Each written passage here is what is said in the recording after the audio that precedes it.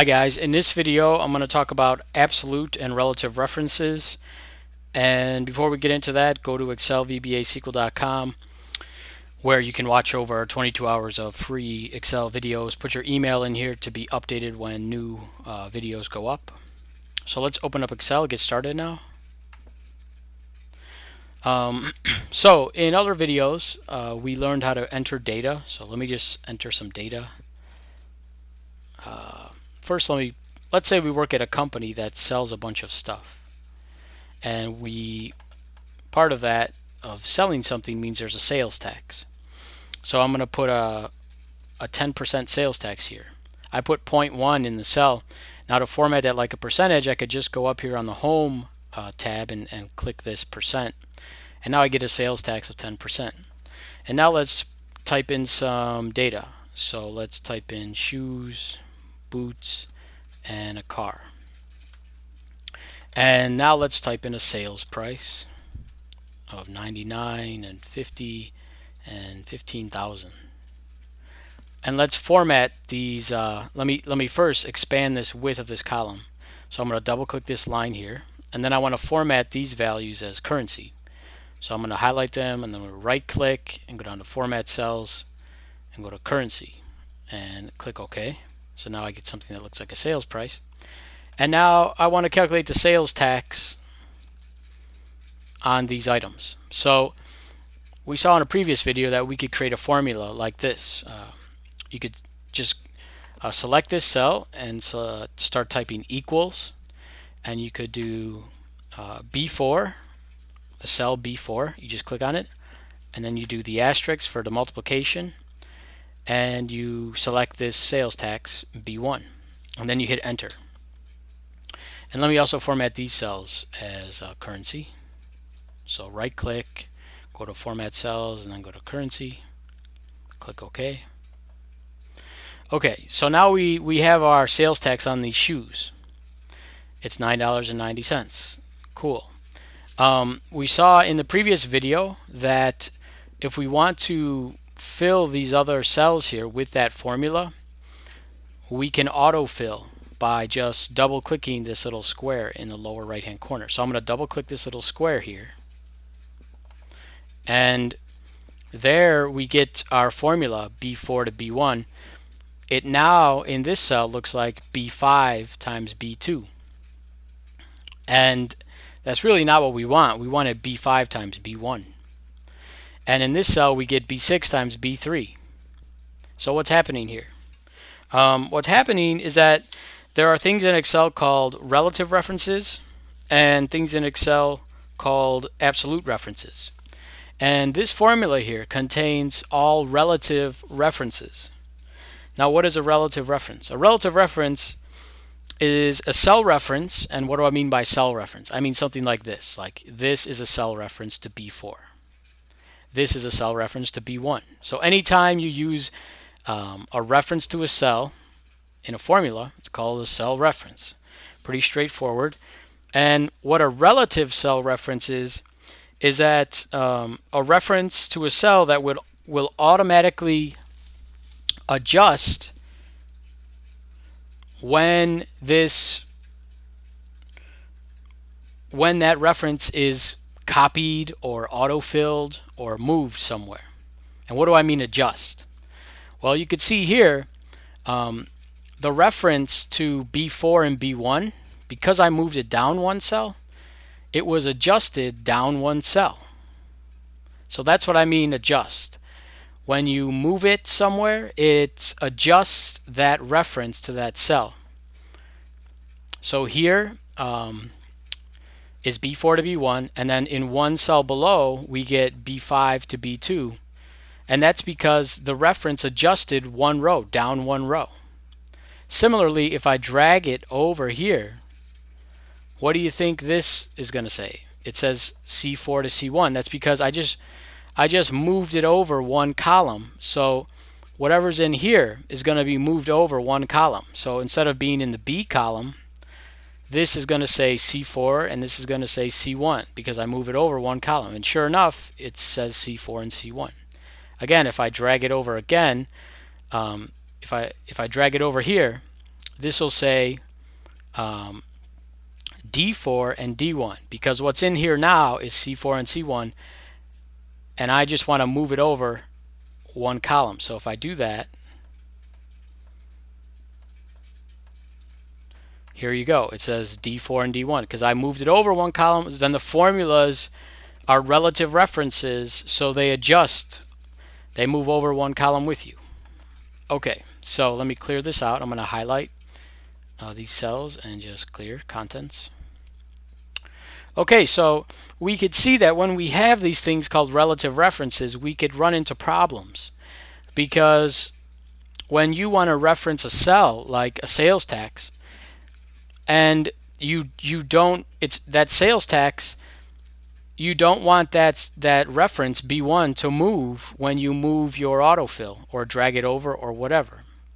So to make that reference not adjust when the cell reference is moved or copied or autofilled, you put a $sign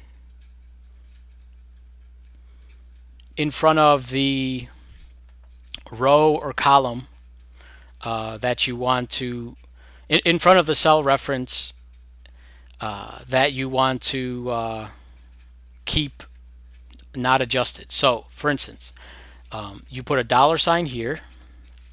So you do Shift 4 on my keyboard. $sign is Shift 4, and then Shift 4 here. So what this does, I put a $sign here. If I hit Enter now, it makes this reference to B1, it makes it what's called an absolute reference, so that anywhere I drag this reference or copy it or paste it or autofill it, it's never going to change B1. I'll show you. So if I autofill this now, if I double click on this little square here, sure enough, in this cell I have B5 times B1, which means that that reference didn't move, that B1 reference. As I moved it down one cell, you know, going from here to here, you're just moving down one cell. And normally, if you just have a relative reference, that B1 would also become B2. But since you put the $signs here, it stays B1. And similarly here, you have B6 times B1. So that's all this absolute and relative referencing is about. It's about when you move or copy your references to cells like this by dragging them or putting them down or dragging them down or autofilling them or whatever. If I drag this out really far, look what happens. This B1 is always referenced in all of these cells because it's an absolute reference anywhere I drag it. Whereas this F4 is a relative reference, which comes from this formula. So every time I drag this over, going from here to here, I'm just moving over one column. So that B4 became a C4 because it's a relative reference, whereas this stays as B1 because it's an absolute reference. So that's what I wanted to show you about absolute and relative references. One other thing you can do is that, let's say, you know, if I do this again times B1, instead of putting the $signs there, you can just press F4. Oops.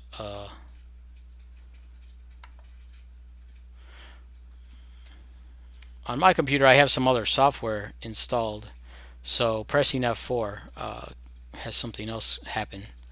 But I believe it's F4. You want to press F4, and it'll put those $signs in there automatically. So instead of having to type them in like this, it'll put them in there automatically. So that's the difference between relative and absolute references. Now you know that. Now, why, you might ask this, why is there a $sign in front of the B and in front of the 1? Why isn't there just one $sign? That's a good question if you are thinking that. That's because, watch this. If I remove this $sign and just have $sign B1, and then I click autofill. Well, now I get the same problem, because what happens is when you put an absolute reference in, you put the dollar sign next to what you want to remain absolute. In this case, the dollar sign is next to column B. So this is the column B. So the column here is going to remain absolute. But there is no dollar sign in front of the 1, which is the row. You know, you're in row 1 here. This B1 refers to column B, row 1. So the row is still a relative reference. Even though I put a dollar sign in front of the B, sure, that's going to be an absolute reference to column B. So watch this. If I drag this over, I get dollar sign B1. That's fine. But if I move this, if I now autofill this, look what happens. So in this formula, you get a reference to B2. And that's because this absolute reference, it says make the reference to this column absolute. So in all these cells, you're going to have a column B. But the row is not absolute. So that row reference is changing here. That's why, if you want to do it the right way, watch this now. If I remove this reference to B and I put in a dollar sign in front of the 1 and then I hit enter and I autofill this in, now I get what I want, right? That works. So I have B4 times B1. That works. And I have B5 times B1.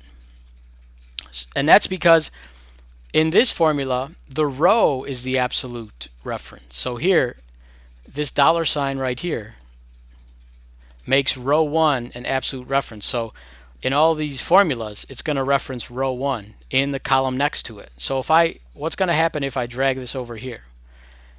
This should reference C1. When I drag this over here, it should reference C1 in this second term here. So let's try it. And why should that be the case? It's because I know that if I drag this over, this term is always going to have a reference to the first row, but the column is a relative reference. So that's going to change. So it's going to go from B to C. So let's see if that's the case. And sure enough, it is. It goes to C1. Similarly, if I drag it over again, it's going to go to D1 right here, because the row stays the same, but this is still a relative reference. So let me clear this out, and I'll show you that I basically showed you that putting the dollar signs is saying, what do you want to be absolute? Do you want the row to be absolute like this? Or do you want the column to be absolute like this? In most cases, you're going to want both the row and the column to be absolute, so that when you drag it down or autofill it, you're always going to be referencing that cell B1. Because if you don't make it absolute, if you don't make both the row and column, then you get situations like this where, you know, in this cell, say you wanted to reference that sales tax, well, you're not, because you didn't make the column absolute. Or in this case, let's say you make the column absolute, but you don't make the row absolute. Well, if we scroll this over, then still you don't get what you want, because over here, well, you get what you want in this case, but when you drag it down, you don't, because look over here. You want that row to be absolute. So hopefully you understand what is going on here with absolute and relative references. All you're doing is you have the ability to say, I want to reference this cell, and when I move or copy my reference, I want it to stay that cell. So if you want to do that, use the dollar sign in front of the column and the dollar sign in front of the row, and you hit enter, and you could drag it down or move it and copy it. So if I drag this over here, it's still going to be B1. So that is absolute versus relative referencing. It's not a tricky concept. Just play around with it, and there'll be terms, there'll be cells in Excel when you're working with it that you want to make absolute and use the dollar sign. So it's a dollar sign in front of the column or the row, or both. And most times, I would say 95% of the time, you're going to just put them in front of both. And try just going up here in the formula bar and hitting F4, and it should put the dollar signs in there for you. Like I said, on my computer, when I hit that, I have some other software installed. Or you could just type them in here, dollar sign, like that. Okay, so that's it for this video. Just a brief introduction to absolute versus relative references. If you have any questions, go to Excel, vbasql.com, and contact me on this contact page here.